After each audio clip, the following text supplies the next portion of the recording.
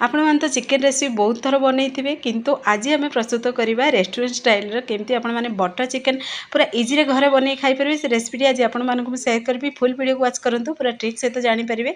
तो चलतु लेट नक रेसिपी आज आम प्रस्तुत करवा। नमस्कार, जय जगन्नाथ फ्रेंड झिली कुकिंग को आपको अनेक अनेक स्वागत। ये देखो गोटे केजी मुझे चिकेन नहीं चिकेन को भलसे क्लीन कर पूरा धोई देती पुणी से चाहतु जेहेतु मेरिनेट करवा प्रथम आम अदा रसुण पेस्ट दबा आम बड़ गोटे चामच से हलदी गुंड लंका गुंड पुणी से चिकेन मसला लुण को एड कर भलसे टिके या मिक्स करदे हाथ साहाय्य पूरा पूरा देखो यही प्रोसेस पूरा मिक्स करेंगे। मिक्स हो सारा पर अध घंटा पर्यंत आम टे रेस्ट पे रखीदे। अध घंटा पर गोटे आम करेई नवा करेई आम ये जेहेतु बटर चिकेन प्रस्तुत कर प्रथम आम से रिफाइन तेल एड करेंगे। आपण चाहिए केवल बटर भी आपको फ्राए करेंगे किंतु मु रिफाइन तेल पुणी से बटर को भी एड कर मिक्स कर फ्राए करची। तो ये मुझे 2 चामच नहीं बटर पुणी भलसे टिके मिक्स करदे तेल को बटर को टिके गरम होदबा। गरम हो सारा पर आम से जो चिकेन को मैरिनेट कर रखी थे तो से चिकेन को से एड करदे एड कर आम चिकेन को टिके सिझिला पर्यंत पाखापाखि पूरा 50% पूरा जमी आम चिकेन पूरा सिझीज से प्रोसेस पर्यंत आम चिकेन को ये आम प्रोसेस फ्राए करवा। मुझे करेई में फ्राए कर चाहिए पूरा तावारे भी आपको फ्राए करेंगे। तो देखो चिकेन भी आम परफेक्टली पूरा फ्राए भी हो सारा। तो आपने देखी जानीपे कलर भी पूरा चेंज भी हो सारा। तो देखिए बहुत ही यूनिक लगे जदि थे बनइबे ना आपण मैंने बारंबार बनइबे एत ही स्वादिष्ट लगे। तो चिकेन भी आम परफेक्टली पूरा सिझी गला आपण पूरा पाखर भी देखा देखो 50% पूरा चिकेन आमर पूरा सिझी भी जाइए। तो जेहेतु बहुत गरम अच्छी तो देखो आपको देखा देखो परफेक्टली पूरा चिकेन आम सिझी जाइए। तो ये चलते आपको आम साइड रखीदे। ये गोटे बड़ पेन नवा तो आपने चाहिए करेई भी आपको बनई पारे। तो पेन रे आम अल्प टिके ही से एड करवा रिफाइन तेल जी आपने तेल खाया पसंद करती ना से अनुसार से तेल एड करेंगे। तेल टिके गरम हो सारा पर आम ये दबा बटर बटर ये पूरा देखो गोटे 2 चामच मुझे पुणी थे बटर एड कर बटर को टिके गरम हवा दबा। तो ये चलते भलसे टिके मिक्स करदे पितिपातिया साहाଯ୍य। तो ये से गोटा मसला एड करवा। गोटा मसला मुझे डालचीनी नहीं पुणी से अलैच नहीं गोलमरिच नहीं आपन जहाँ भी गोटा मसला पसंद आपने करेंगे। तो देखो आम गोटा मसला टी हल्का फ्राए हो सारा पर आम से एड करवा अदा रसुण पियाजर पेस्ट एड करवा। बड़ 2 चामच मुझे एड कर आम कंचा स्मेल अदा रसुण पियाजर टी जावाक दबा।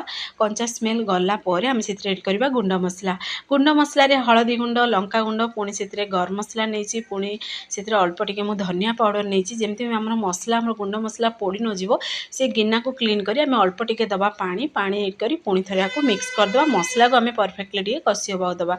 तो देखो मसला आम परफेक्टली पूरा कषि भी हो सारा। चारि साइड तेल देखागला मैंने जानदेवे मसला परफेक्टली पूरा कषि हो सारी। तो एबे आम टिके तार मसलार देखिए स्ट्रक्चर को चेंज करने से आम एड करवा दही गोटे छोट गोटे गिनारे मु हाफ गिना दही एड कर। तो ध्यान देवे दही जमी खटा न फ्रेश दही ही से एड करेंगे।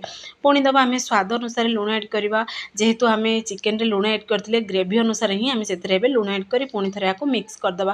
तो देखो मसला आमर पूरा कषि भी हो सारा पूरा चारि साइड तेल भी देखागला जेहेतु आम ये दही एड कर देखो मसलार स्ट्रक्चर भी पूरा चेंज हो सारी। तो यही समय आम एड करवा काजू ये पूरा 15-20 पीस मु काजू नहीं थी काजू को मिक्सर ग्राइंडिंग कर देछि। तो ये काजू को एड करी पुणी थे आम कंटिन्यू मिक्स करवा। काजू बटा बा काजू पेस्ट बदल में आपण मैंने फ्रेश क्रीम भी एड करेंगे। तो जदि आप चाहिए एड करेंगे ना स्किप करेंगे जेहेतु बटर चिकेन देखिए तो ग्रेवी टेस्ट बढ़ापी ये निश्चय काजू किंबा फ्रेश क्रीम भी अमूल क्रीम भी एड करेंगे। पुणी से आम एड करवा अल्प टिके स्वाद को बढ़ावाई आउ कस्तूरी मेथी को हाथ में क्रश कर एड करदे फ्लेवर भाई कंचा लंका एड करवा पुणी थे आम मिक्स करदे मिक्स कर मसला को आम कषि हवा दबा। देखो मसलार पूरा कलर भी चेंज हो सारा जेहेतु आम काजू भी ये एड करते। तो ये चलते से जो आम चिकेन को फ्राए करके रखी थे ना से चिकेन को से आम एड करदे पूरा इजी पूरा रेस्टोरेंट ढाबा स्टाइल खाଇବା आपने घरे बन खाईपारे। तो फुल वीडियो वाच करूँ पूरा ट्रिक सहित जानीपारे जब स्किप करदेवे ना टोटाल जानी ही पारे जे केमी बनूँ। तो पुणी थे चलते आम टे मिक्स करदे टे कषि हवा दबा। तो आम मिक्स हो पूरा कषि हो सारा पर जी आप ग्रेवी रखा चाहूँगी ना से अनुसार पानी एड करेंगे। देखो यही प्रोसेस पर्यंत भी आपको फ्राए कर खाईपारे।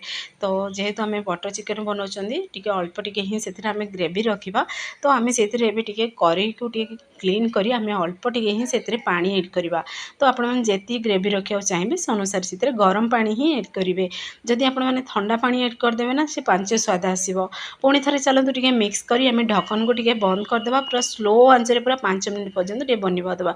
ये देखो मुझे कटनी साहाय्य पूरा फ्रेश मसला से गुंड मसला एड कर गुंड मसला डालचीन नहीं पूरा जायफल नहीं चक्रफूल नहीं तो 2टी सुखिला लंका भी से फ्राए करके एड करी कुटी तो अलैच लवंग जहाँ भी आपको पसंद फ्रेश गोटा मसला को कुटिकी हल्का फ्राए कर कुटिकी से एड करेंगे। तो एड कर सारापर आम से अल्प टे धनिया पत्र तापर एड करवा टे स्वाद को बढ़ाई पूरा पूरी ऑप्शनल अच्छे आपने चाहिए एड करेंगे ना स्किप करेंगे। तो ये देखो फाइनाली प्रस्तुत हो सारा एवं आम गैस फैन को ऑफ करदे टे 5 मिनट पर्यटन टे सेट हम तो 5 मिनट पर देखो फाइनाली आमर केते बढ़िया पूरा लुक आपने देखी जापे बटर चिकन पूरा परफेक्टली पूरा रेस्टोरेंट स्टाइल बन पूरा रेडी हो सारी गोटे गिना को भी आपको बाहर कर देखा देखो कैमेरा सामने भी देखा बहुत यूनिक बनी। जदि आपको भिडियो पसंद आसो सांग मानक सेयार करूँ लाइक करूँ चैनल जब नुआ अच्छा चैनल को मोर सब्सक्राइब कर दिंतु बेल आइकन क्लिक कर दिंतु जहाँफल मोर सब वीडियो नोटिफिकेशन प्रथम आपण मानक पहुँचो। मुझे इजी इजी वीडियो नहीं आसबि आपने देखिए घरे निश्चय ट्राए करूँ। पुणी जदि फेसबुक पेज देखुं ताहले फेसबुक पेज मोर फॉलो करूँ। देखो अल्प टिके आम तापर देवा बटर गार्निश करवा बहुत यूनिक देखा जाउछि। तो देखिए पिलाठू बड़ समस्ते पसंद करेंगे तो आपण मैंने घरे निश्चय ट्राए करूँ केमी लगे मत निश्चय कमेंट मध्यम जनइबे। फाइनाली आमर प्रस्तुत हो सारी तो से पर्यंत रोचे पुणी एक नया रेसिपी नहीं आसबि। नमस्कार जय जगन्नाथ।